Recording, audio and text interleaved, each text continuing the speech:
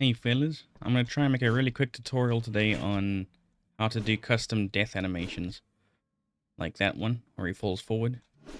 And then this one, hopefully, yeah, like that, fall backwards. So you can see this enemy will either die and fall forwards or backwards. So he has two custom death states. And I'll make a quick tutorial on that today. So first of all, you'll need an enemy, along with all these sprites. And most importantly, you'll need two different death animations. You can see here, there's the animation of him falling back, and the one of him falling forward. With all your sprites copied, go to your projects folder, go to your project. I'll use grenade tutorial for this one. Go to your sprites, and then enemies. And then place your enemy sprites in here. Then you can open up your project in Easy FPS Editor. Go to enemy settings. Then just type out the name of your enemy according to your sprites. So mine was zombie. Tick. And if everything went well, you should see him here. And you should see some of the sprites here too. Not all of them. We'll make that work with FSM. Then you can go and adjust your settings here. So I think the most important settings here would just be the scale, the health, the damage, speed, the radius. And then these settings here will be sorted out with FSM mostly. Then we can click accept. Next up will be the FSM. I already have this written out for this enemy. So I'm mostly just gonna copy this for now. Nothing special here, just the images, the idle, chase, attack, and hurt states. To make the custom death states work, we'll focus on the death state right here. As you can see, I'm using frame 65 as the main frame for all of this to happen. And all I'm doing is putting the buffer frame here, none, as you always need. Then the next one will set the variable global.death. You can also use map.death. Global just applies to all your maps. Oh wait, I'm not too sure. Global applies to the whole entire game, and then map would just apply to that specific map. So do with that information what you will. For this case, I'm just using global. So I'm setting the variable global death to be random between 0 and 3. So it'll set the death to either be 1 or 2. And then we have the jump if equals, or if the death variable equals 1, then we'll get this state over here. And if the variable death equals 2, then we'll get this state over there. Each of them have different sprites or different animations. And then the other special thing is for death 1. On the last line here, I spawn in the zombie corpse. And same here, I spawn in the other zombie corpse. And the reason I do that is because you can't just have a normal death state now, because we have two different corpses, the one that fell forward and the one that fell backward. So for this enemy, where the death state starts is here on frame 65. You can see he's just standing there. And then there's his falling back death animation. And there's the falling forward animation. So I took 65 as the starting point. So we'll go ahead and set this state up now. So state death. Usually you would have a state death into dead. But since we have two custom death animations, we're going to have death into none, 0. And then we'll have our frame 65 as the starting point. Then in this case, we can just put 0. Speed won't affect anything here.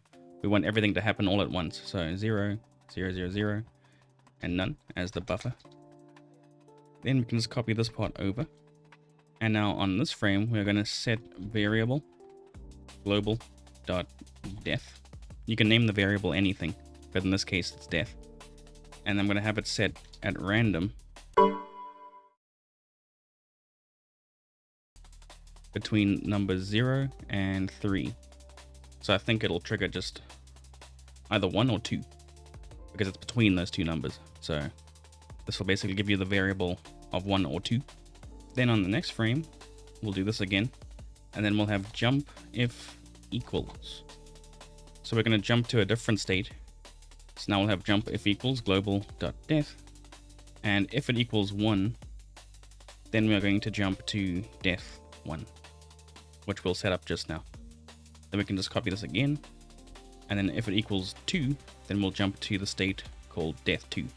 Now we just need to set up these states underneath. So enter, enter. Then we'll do our first custom state, which is death 1, and that jumps into dead 0. Then we'll go check out our frames and see which animation this will be and which frames we'll need. Okay, here we go. So it's from frame 65 until 78. So we can do frame set 65, 78, and then the speed is totally up to you. I think 0.05 is quite quick and be natural looking. Then the offset and none. Then we'll just jump ahead to our next custom state, which is death 2 into dead 0. Then frame set. Now we can check the next animation. That's from 79 until 93. So 79, 93, the speed, offsets, and none. Cool, so that's ready for now. I'm gonna go ahead and save this in my states folder.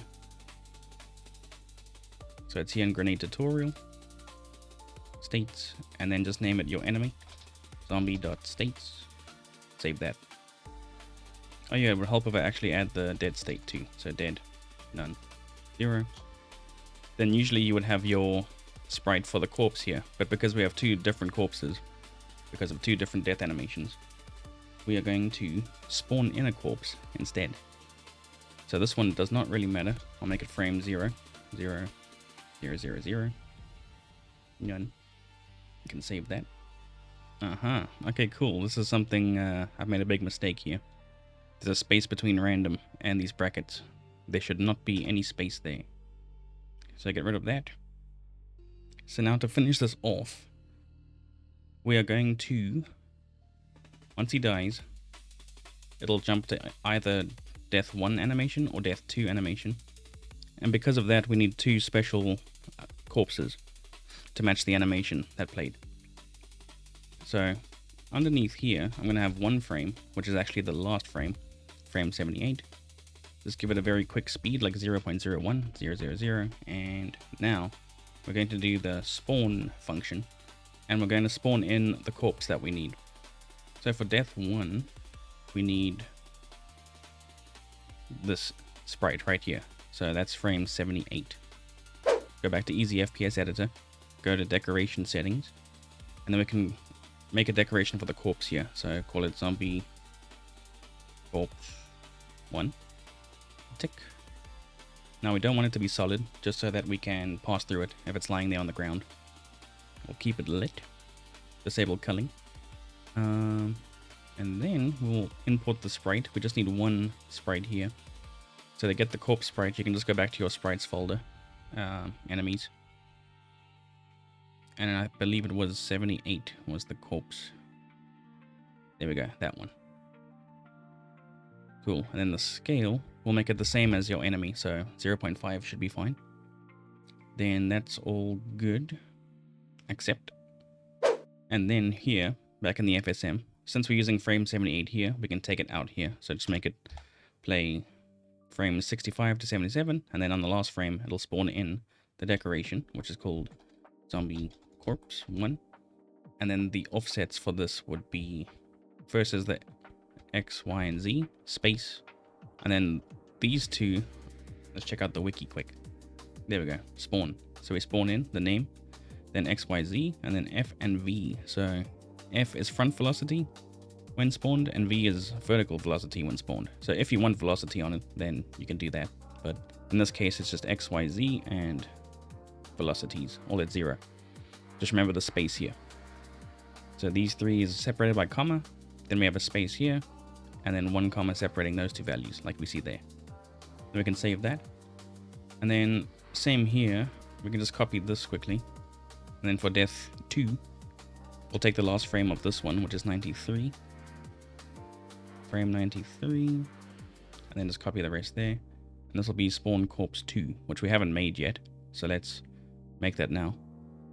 Back to decorations. zombie corpse 2. The scale will be 0.5. Import the sprite. And the second corpse will be that one there, 93. Accept. Accept. Cool. Once you're done with that, remember to save. And now what's going to happen is the enemy will die. Then on this frame, with a 0 time delay, it'll quickly set a variable between 1 and 2. And then it'll jump to this state if we get 1. And it'll jump to this state if we get 2. And that all happens instantly. So then once it happens, if we get 1, it'll jump to death 1, play this animation, and spawn in that corpse. And same with death 2. It'll play the animation, and spawn in that corpse. And remember to change the frame numbers. There we go. So 79 to 92, 93, 65 to 77, and 78. Then it should all be good. Let's go ahead and see if it worked. Okay, here he comes. Smash. Whoa. Cool, so it almost worked. But you see now he's there, technically being dead. And we set the dead frame to be his idle frame. So, one last thing to change. So a very important setting for this method would be going to enemy settings, go to the zombie or whatever you added, and tick this box, delete after death. And before I test one more time, the animation was quite fast, so I'm going to change this to maybe 0.08. That should be a bit better. Now let's test it. Okay, here we go. Let's see if this works. There we go. So that's the one death state.